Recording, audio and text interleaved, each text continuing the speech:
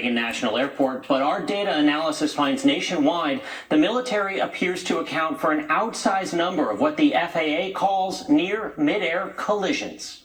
Delta Flight 2983 had just taken off from Minneapolis with 136 aboard when its pilots got a collision avoidance alert calling for evasive maneuvers. The reason? 4 Air Force T-38 jets were streaking towards a flyover at Arlington National Cemetery at about 350 miles an hour.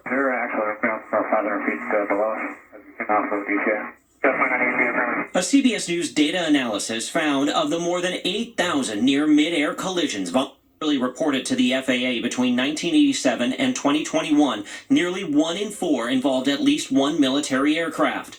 And when it comes to close calls between the military and commercial airliners, there were 258 reports, 34 deemed critically close to a collision.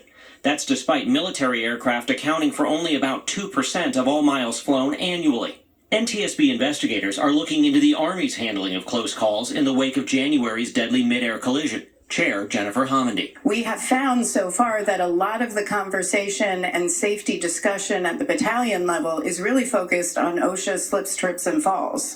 There is a disconnect. So, Chris, we know that military helicopters are now restricted there in that area. Are they thinking about military jets as well? Some of that will depend on what comes out of these investigations. One thing that's clear is if those jets were in fact going 350 miles an hour, as the preliminary data indicates, that's far faster than commercial traffic would ever operate in that airspace.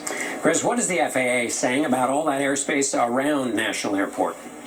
Well, the FAA acting administrator told Congress just last week that they missed warning signs leading up to the accident in January. They're working to understand how those red flags were missed and to keep it from happening again. Okay, Chris Van Cleve in Washington, thank you. President Trump is set to announce the next round of tariffs on Wednesday. Many Americans feel he's focusing too much on these taxes, which will likely raise the cost of imported goods and not enough on inflation. CBS News polling found that when he took office in January, 42% of Americans expected his policies would make them better off financially. Well, now that same number, 42%, say they expect his policies to make them worse off. Nancy Cordes is at the White House tonight. Nancy.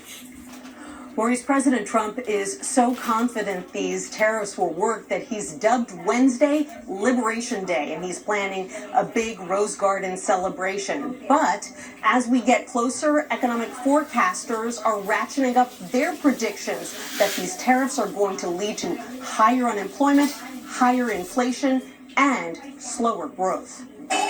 Just one comment from President Trump last night was all it took to send overseas stock exchanges tumbling today. You'd start with all countries. He said no trade partners would be spared from the new reciprocal tariffs he's announcing on Wednesday. Well, essentially, all of the countries that we're talking about, we'll be talking about all countries that not a cutoff. In Japan today, the Nikkei fell 4%. The U.S. is Japan's largest supplier of food and agricultural products. Has the global stock market sell-off caused the White House to rethink any of these plans? The president has always said that the stock market is a snapshot of a moment in time, and he's doing what's best for Main Street, and Wall Street will work out just fine in this administration, just like they did in their first term. Many Americans appear to doubt it will work out fine. According to the latest CBS News poll, 72% think Trump's tariffs will raise prices in the short term. 47% think the policies will raise prices in the long term, too. Are they right to be worried about that? They are very right to be worried. Consumers need to expect that prices are going to go up and potentially very substantially. Jennifer Hillman is a professor at Georgetown Law and an expert in international trade. We still do not know even what these tariffs are, who they're going to be applied to, or when they're going to be applied. Is it unusual that we're just 2 days out from this announcement and there's still so little clarity? It's extraordinarily unusual because everyone in the system needs to plan. The Customs Service needs to plan for what goods are they imposing tariffs on. The importers need to plan for what documentation they need to require. Those that are buying these goods need to know how much is the tariff going to be so that they can make a decision about whether they'd like to buy from X country or Y country or not at all. Nancy, can I grab that piece of uncertainty and wonder when are these actual tariffs going to go into effect?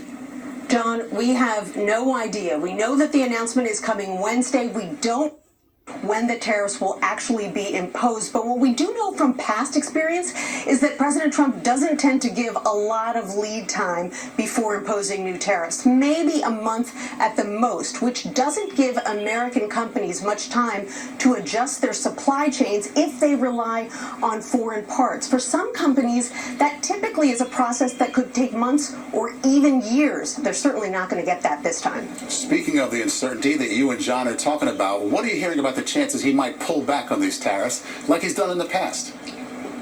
Anything is possible. It's also possible that he could go easier on some countries, Maurice, than others. In fact, just a few minutes ago in the Oval Office, President Trump was asked about this, and he said something very interesting he hasn't said before. He said, quote, "We're going to be very kind. The numbers will be lower than what they've been charging us. So perhaps it won't be exactly reciprocal. We'll just have to wait and see." More questions to come. Nancy Corse at the White House. Thank you. And as Nancy mentioned, a large majority of Americans expect prices to go up after these tariffs kick in. And one place they may soon feel the pain is in the car showroom. Here's Lana Zach. Steve Mouse, co-owner of A.M. Mouse & Son, sells American cars. Chrysler, Dodge, Jeep, Ram. So, is this an all-American vehicle? Yes, but that's actually a really good question. Like, for instance, the Wrangler on the show floor is built in Toledo, Ohio, and there's a number of parts made in Mexico. The reality of the modern auto supply chain means a large percentage of the parts in those cars came from elsewhere. Some people are buying very quickly because they're concerned that the prices are going to go up. During a promotion over the weekend, 52 people test drove a car with him in just 4 hours. Experts warn tariffs of 25% on foreign cars and car parts could increase the price of new cars by $5,000 to $10,000. Prices for used cars and car parts could go up too. How much does $5,000 to $10,000 more mean to your family? Oh, it definitely means quite a. I voted for Trump. I trust him in some regards, but it's just uncertain happen. An uncertainty not only about the price of cars, but people's to afford them and everything else. Is this going to be your new car? I hope so.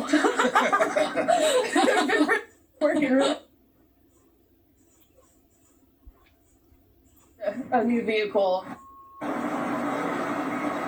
Several dealerships in the Midwest, including this one here in Iowa City, tell me that they're seeing an increase in the number of now looking into now used cars, sending vehicle effect.